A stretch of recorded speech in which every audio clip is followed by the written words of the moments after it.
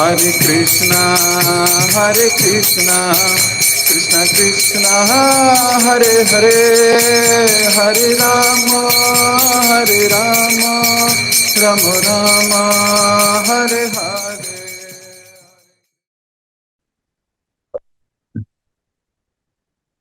जय जय श्री चैतन्य, जय हो नित्यानंदा, जय अद्वैत चंद्र, जय गौर भक्त वृंदा। जय जय श्री चैतन्य, जय हो नित्यानंदा, जय अद्वैत चंद्र, जय गौर भक्त वृंदा। जय जय श्री चैतन्य, जय हो नित्यानंदा, जय अद्वैत चंद्र, जय गौर भक्त वृंदा। हरे कृष्ण। तो एक बार फिर से आप सभी उत्साही भक्तों का बहुत बहुत हार्दिक स्वागत। हम पढ़ रहे हैं श्रीमद् चैतन्य भागवत, श्रीला वृंदावन दास ठाकुर द्वारा रचित अद्भुत रसमयी प्रेरणामयी महान ग्रंथ। जितना इसको पढ़ रहे हैं उतना ही डीप उतरते जा रहे हैं, जितना इसका संग कर रहे हैं उतना ही महाप्रभु से प्रीति बढ़ रही है, जितना इसका श्रवण पाठ कर रहे हैं उतना ही और सुनने की और पढ़ने की उत्सुकता बढ़ रही है। दिग्विजय पंडित को महाप्रभु ने परास्त किया। अब इतनी खूबसूरती से परास्त किया है कि ये परास्त है नहीं, ये तो जीत गया है। दिग्विजय पंडित को भगवान के असली स्वरूप का दर्शन हो गया है। सरस्वती की कृपा से और महाप्रभु की कृपा से इसके सारे डाउट दूर हो गए हैं। इसको रियलाइज हो गया है कि महाप्रभु परम पुरुषोत्तम भगवान है। इस बात का बोध होना और इस बात का रियलाइज होना, दोनों में जमीन और आसमान का अंतर है। केवल ज्ञान होना उत्तम बात नहीं है। अज्ञानी से ज्ञानी बड़ा है तो समझ में आ गया, लेकिन ज्ञानी से भी वो व्यक्ति बड़ा है जिसको रियलाइज हो गया है। इसलिए ये जो शास्त्र हैं, ये शास्त्र रिवील्ड स्क्रिप्चर्स हैं। इसको कहा गया है रिवील होते हैं। ये अपने अध्ययन से नहीं मिलते, रिवील होंगे जब हम रियलाइज करने का प्रयास करेंगे। सो रियलाइजेशन सारे डाउट्स हटा के, तो अभी इस जगत विख्यात दिग्विजय पंडित को रियलाइज हो गया है। जब रियलाइजेशन हो जाती है तो आपकी स्पीड बढ़ जाती है, आपका उत्साह बढ़ जाता है, सब कुछ बढ़ जाता है। तो कल यह अध्याय समाप्त हुआ था।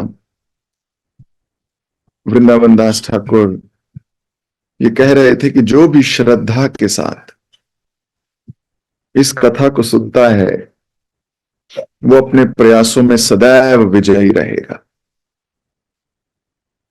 जिस इंटेंसिटी के साथ आपने ये सुना है उसी इंटेंसिटी से आपको इसका प्रभाव मिलने वाला है। ये इंटेंसिटी बड़ी जरूरी है, श्रद्धा और तीव्रता।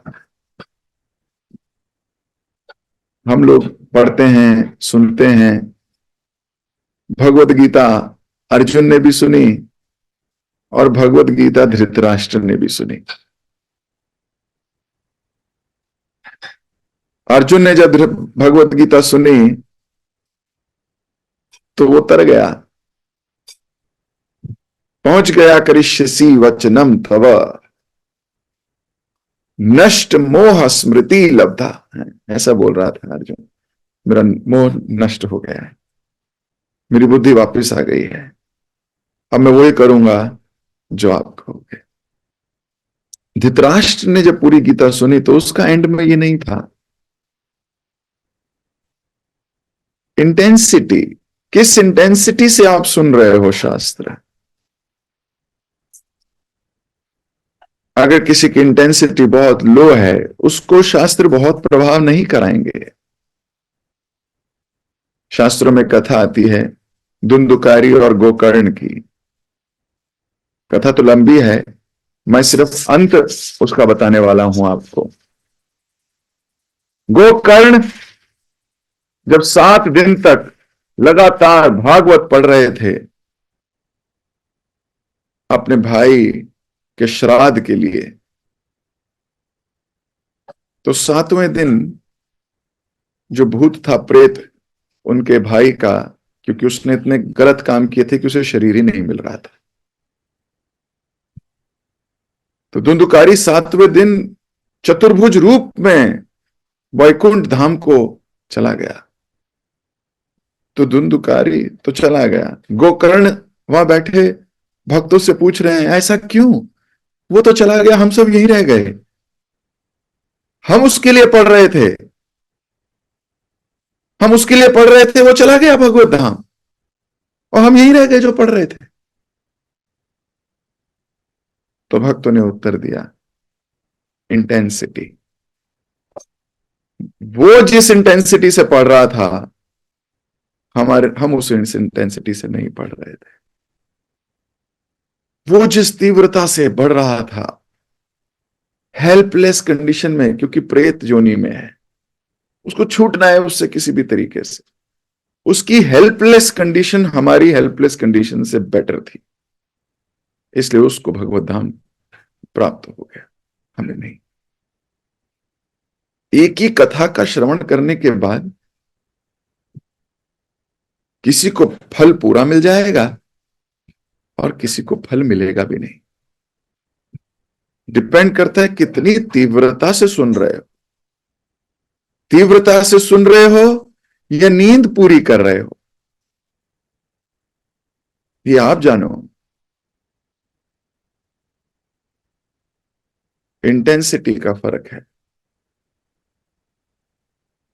तो कल यही कहा श्री वृंदावन दास ठाकुर ने कि जो मनुष्य श्रद्धा एवं एक मन से, इंटेंसिटी से इस कथा का श्रवण करेगा, वह अपने प्रयासों में सदा विजयी होगा। तो इंटेंसिटी, इस वर्ड को याद रखिएगा। आज हम आगे पढ़ेंगे। नवद्वीप में जहां देखो वहीं श्री विश्वंभर अपनी विद्वत्ता भरी लीलाएं करते दिखाई देते थे। उनके लिए तो सब मानो एक खेल था। सब ने उन्हें निर्विवाद रूप से नवद्वीप का सर्व प्रमुख शिक्षक स्वीकार कर लिया था। यहां तक कि धनी और नामी लोग भी उन्हें प्रणाम करते एवं उनके साथ नम्रता से व्यवहार करते। निमाई को देखने मात्र से लोगों के मन में आदर सम्मान की भावना जाग उठती। नवद्वीप वासी अक्सर निमाई पंडित को कोई ना कोई भेंट देते रहते। स्वयं भगवान होने के कारण निमाई ने समाज में एक आदर्श गृहस्थ का उदाहरण प्रस्तुत किया। जब भी वे किसी गरीब व्यक्ति को देखते तो उसे भोजन, वस्त्र अथवा धन देते। श्री विश्वंभर के घर हर समय अतिथियों का तांता लगा रहता और वे उनकी स्थिति के अनुसार उनका आदर सत्कार करते। कभी कभी निमाई के घर सन्यासी आ जाते और वे ससम्मान उनकी सेवा करते।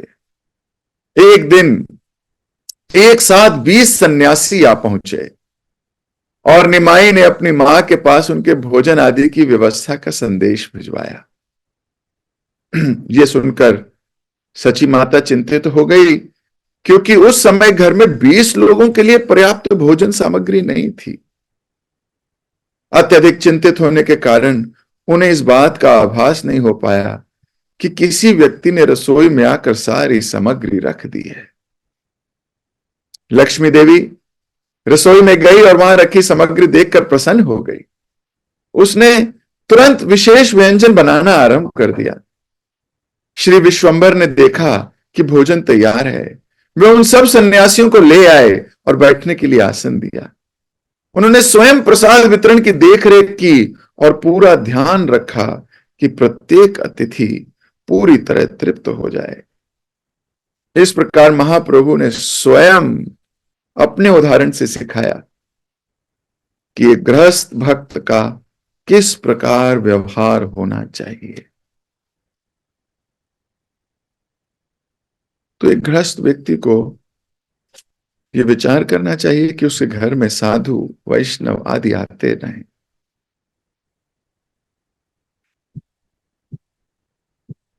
उसे बुलाना चाहिए,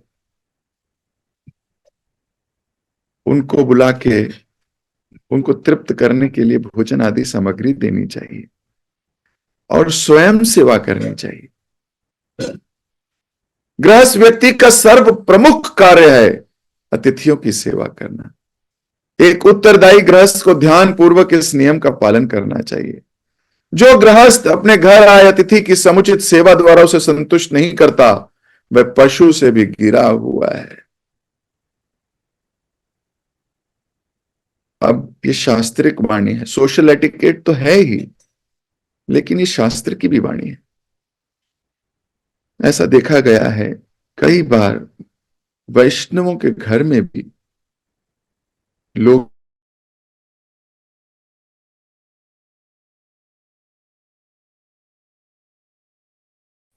दिस इज वेरी रॉन्ग, और उस अपराध का फल 100% मिलेगा। सौभाग्यशाली हो तो इसी जीवन में मिल जाएगा। अगर इतना भी सौभाग्य नहीं है तो जीवन के अंत के बाद भी, दूसरे जीवन के अंत के बाद भी, तीसरे जीवन के अंत के बाद भी ये चलता रहेगा। बहुत कैजुअल अप्रोच आपको भक्ति से क्या भौतिकता से भी मार सकती है।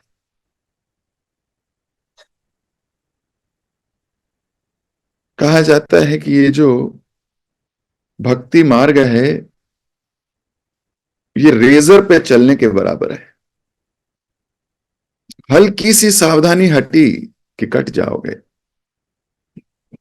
कई जगह ऐसा भी वर्णन है कि बड़ा स्लिपरी मार्ग है और है भी स्लांटिंग। स्लिपरी और स्लांटिंग, आपको सतर्कता से चलना है। अगर हम सतर्क नहीं हुए तो हम फंस जाएंगे, फिसल जाएंगे। आध्यात्मिक कष्ट तो है ही, भौतिक कष्टों में भी फंस जाएंगे। इसलिए विचार करो, ऐसा अपराध नहीं होना चाहिए। सोशल एटिकेट तो दूर, शास्त्रवाणी है कि वो पशु से भी गिरा हुआ व्यक्ति है। आगे लिख रहे हैं, यदि पूर्व में किए पाप कर्मों के कारण किसी व्यक्ति के पास आदर सत्कार के लिए आवश्यक वस्तुएं नहीं हैं, तो कम से कम अपने अतिथि को बैठने के लिए आसन, पीने के लिए पानी तथा विश्राम करने के लिए स्थान तो दे ही सकता है। ये 3 चीजें ही कर लो। बैठने के लिए आसन दीजिए, पीने के लिए पानी दीजिए, और कहीं वो विश्राम करना चाहे तो विश्राम कर सकता है। यदि प्रेम और सम्मान के साथ इतना भी दे दिया जाए तो अतिथि संतुष्ट हो जाता है। हो सकता है कि निर्धन होने के कारण किसी व्यक्ति के पास अपने अतिथि को देने के लिए अधिक वस्तुएं ना हो, परंतु कम से कम उसके मन में आदर सत्कार की भावना अवश्य होनी चाहिए। अब अगर आपके पास कुछ भी नहीं है, आदर तो दे ही सकते हो। आपको रिस्पेक्ट करने से कौन रोकता है? कोई नहीं, कोई भी नहीं। आपकी बॉडी लैंग्वेज आमंत्रण देने वाली हो, उसको बैठने का आस, उसको आपके घर आके अच्छा लगे, that's it. Vaishnav should feel happy coming to your house. कई बार भक्त लोग डिस्कस करते हैं, प्रभु जी उस व्यक्ति के घर जाके बिल्कुल अच्छा नहीं लगता, उनकी बॉडी लैंग्वेज इतनी स्टिफ रहती है, ना मुंह पे कभी मुस्कान होती है, ना कुछ बोलते हैं, चुपचाप रहते हैं, है ना। ऐसा कई बार देखा गया है। आदर सत्कार, प्रेम भरी भाषा, मुस्कुराहट, ये बड़े इंपॉर्टेंट कंपोनेंट्स हैं। तो यहां लिखा गया कम से कम उनके मन में आदर सत्कार की भावना अवश्य होनी चाहिए। पूरे नवद्वीप में चर्चा होने लगी कि निमाई के घर पर 20 सन्यासी भोजन के लिए आए। लोगों को विश्वास था कि ये सन्यासी कोई साधारण मनुष्य नहीं, अपितु अवश्य महान देवता अथवा ऋषि होंगे। लक्ष्मी देवी बिना किसी सहायक के अकेले अपने स्वामी की सेवा करती और सदैव हृदय से प्रफुल्लित बनी रहती। उनके सद्गुणों तथा सुचरित्र को देखकर सची माता का आनंद दिन प्रतिदिन बढ़ने लगा। भोर होते ही लक्ष्मी घर के कामकाज में व्यस्त हो जाती। उन्होंने एक आदर्श पत्नी का उदाहरण स्थापित किया। वे प्रतिदिन मंदिर के फर्श पर सुंदर रंगोली बनाया करती। महाप्रभु को प्रतिदिन भगवान की पूजा हेतु धूप, पुष्प, दीप, जल की आवश्यकता पड़ती। लक्ष्मी देवी इन सब की व्यवस्था करती। वे तुलसी देवी की पूजा करती और स्नेह पूर्वक सची माता की सेवा करते हुए उनकी समस्त आवश्यकताओं का ध्यान रखती। श्री गौर सुंदर लक्ष्मी देवी के समस्त सद्गुणों से भली भांति परिचित थे। यद्यपि उन्होंने कभी लक्ष्मी देवी से इस विषय में कुछ नहीं कहा, मन ही मन वे उनसे अत्यधिक संतुष्ट थे। सो हस्बैंड का संतुष्ट होना भी बड़ा इंपॉर्टेंट है। अगर हस्बैंड धर्म के, भगवान के कार्यों में संलग्न रहता है, वाइफ को चाहिए कि वो अपने पति की आवश्यकताओं का ध्यान रखे। श्री गौर सुंदर अक्सर लक्ष्मी देवी अपनी गोद में महाप्रभु के चरण रखकर घंटों उन्हें दबाया करती थी। उस समय सची माता को निमाई के चरणों से एक अद्भुत दीप्ति प्रस्फुट होती दिखाई देती। किसी दिन उन्हें पूरे घर में कमल पुष्प की सुगंध आती। यद्यपि सची माता पूरे घर में घूमकर उस सुगंध का स्तोत्र खोजने का प्रयास करती, परंतु उन्हें उसका कोई सुराग नहीं मिलता। इस प्रकार भाग्य की देवी लक्ष्मी और भगवान नारायण नवद्वीप वासियों से छिपकर अपनी लीलाएं कर रहे थे। एक दिन अचानक निमाई ने पूर्वी बंगाल यात्रा की घोषणा की।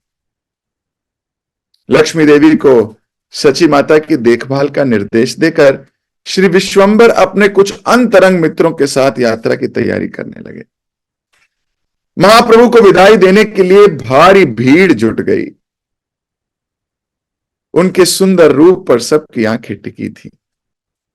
एक क्षण के लिए भी कोई अपना ध्यान यहां वहां नहीं भटका रहा था। तो महाप्रभु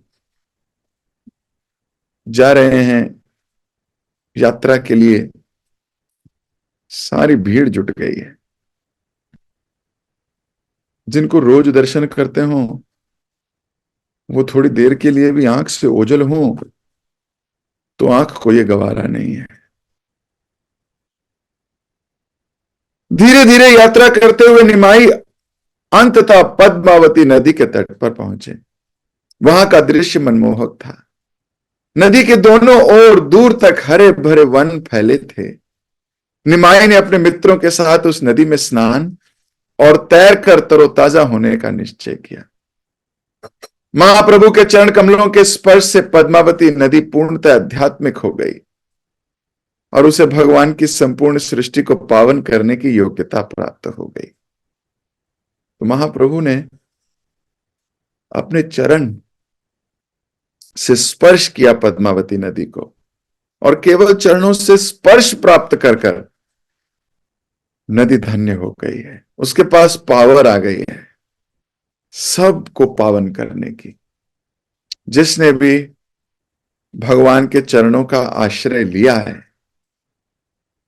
वो व्यक्ति योग्य है, वो किसी को भी तार सकता है। तो इसलिए यह आश्रय लेना बड़ा जरूरी है। चैतन्य महाप्रभु के चरणों का आश्रय लीजिए।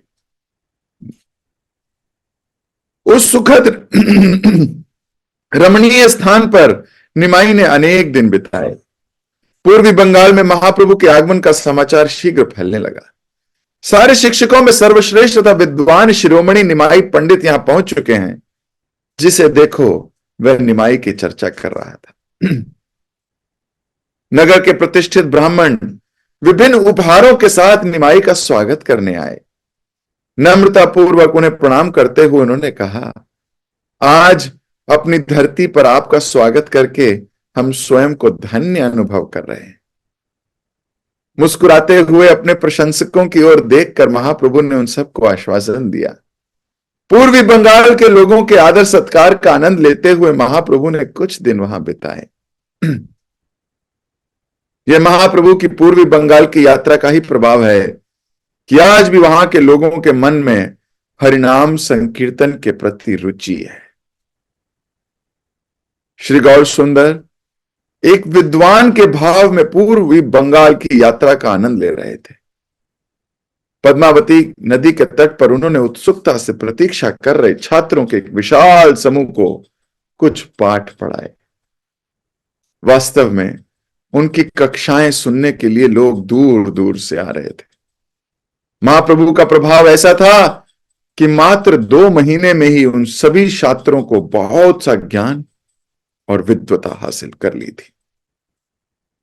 इसी दौरान नवद्वीप में लक्ष्मी देवी अपने स्वामी से गहन विछय का अनुभव करने लगी। उन्होंने अपने हृदय की बात किसी से नहीं कही। वे अत्यंत प्रेम पूर्वक सची माता की सेवा कर रही थी, परंतु उन्होंने अपनी ओर ध्यान देना बिल्कुल बंद कर दिया था। खाना पीना ना के बराबर हो गया। अपने प्रियतम से दूर वे मन ही मन अत्यंत पीड़ित थी और अपने दुखी चित्त को शांत करने का प्रयास में रात भर रोती रहती। अंततः अपने स्वामी श्री विश्वंभर से विरह सहन न कर पाने के कारण लक्ष्मी देवी इस संसार से प्रयाण कर गई और चुपके चुपके अपने नित्य संगी से मिलने निकल पड़ी। गंगा के तट पर बैठकर उन्होंने अपने अंतकरण को महाप्रभु पर केंद्रित कर दिया और गहन समाधि में प्रवेश कर फिर बाहर नहीं लौटी।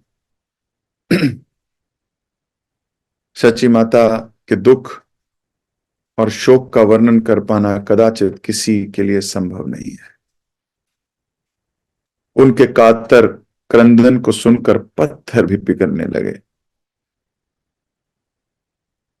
पूरा वैष्णव समाज शोकग्रस्त हो उठा और उनका अंतिम संस्कार करने के लिए सब आ जुटे।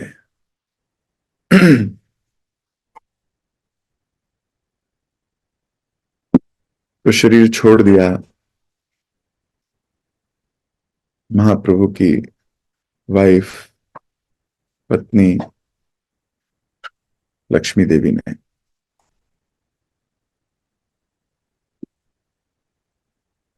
अंततः भगवत धाम प्रवेश किया, अपने निज क्षेत्र।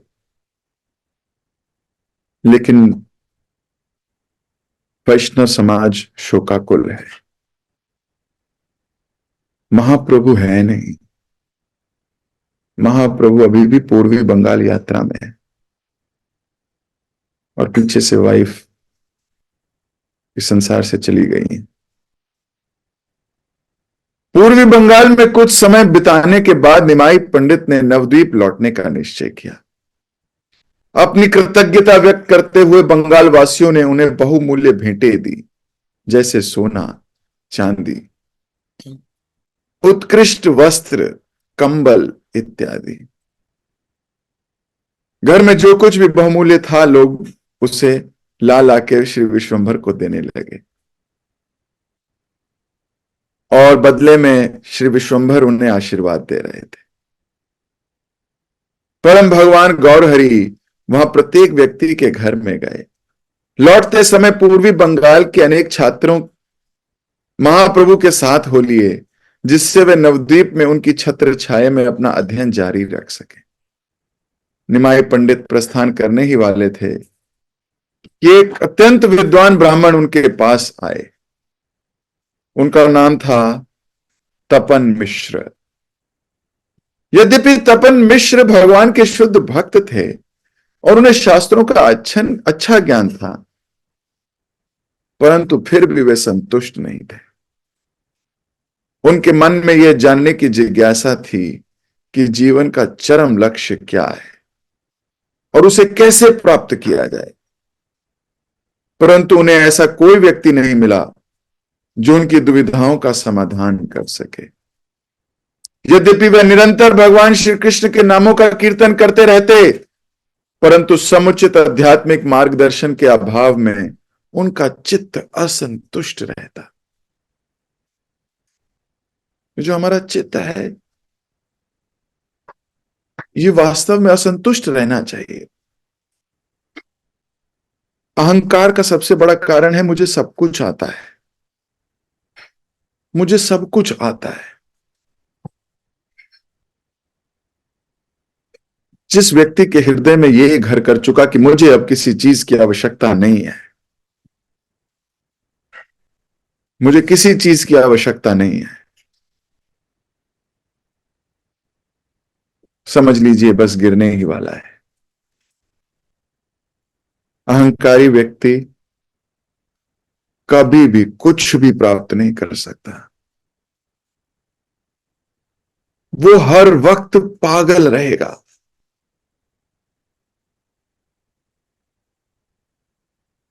अहंकारी और ईर्ष्यालु ये कभी खुश नहीं रह सकते, कभी भी खुश नहीं रह सकते। सबसे ज्यादा नुकसान ये अपने आप को ही करते हैं। इनका मन हर वक्त विचलित रहता है। इसलिए इसको त्याग देना ही अच्छा है। त्याग देना बहादुरी की निशानी है, त्याग देना ही हिम्मत वाले की निशानी है, और त्याग देना ही सौभाग्य की भी निशानी है।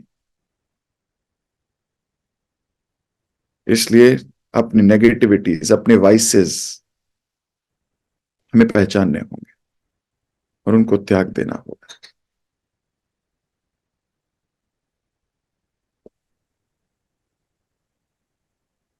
घृणा अगर करनी ही है तो अपने अहंकार से करो। घृणा अगर करनी ही है तो उसका मुख बदलो, अपनी ईर्ष्या से करो। घृणा अगर करनी ही है तो अपने अंदर के अनर्थों से करो। इस समाज में तो सब प्रेम करने के ही लायक है, घृणा करने के नहीं।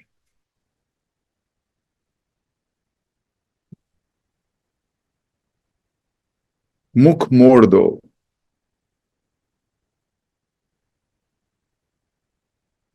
इन सब का मुख मुड़ जाना चाहिए। एक दूसरे पे क्रोध करने की भी आवश्यकता नहीं है। शास्त्र कहते हैं क्रोध भक्त द्वेषी जने। क्रोध को तो सिर्फ जो भक्तों से द्वेष करता है उसके लिए रखना चाहिए, और किसी के प्रति क्रोध नहीं आना चाहिए। और भक्त तो खैर इससे भी आगे निकल जाते हैं, वो तो द्वेषियों से भी क्रोध नहीं करते, वो तो बस अपना रास्ता मोड़ लेते हैं। That's it. So way be very careful in this भक्ति मूवमेंट।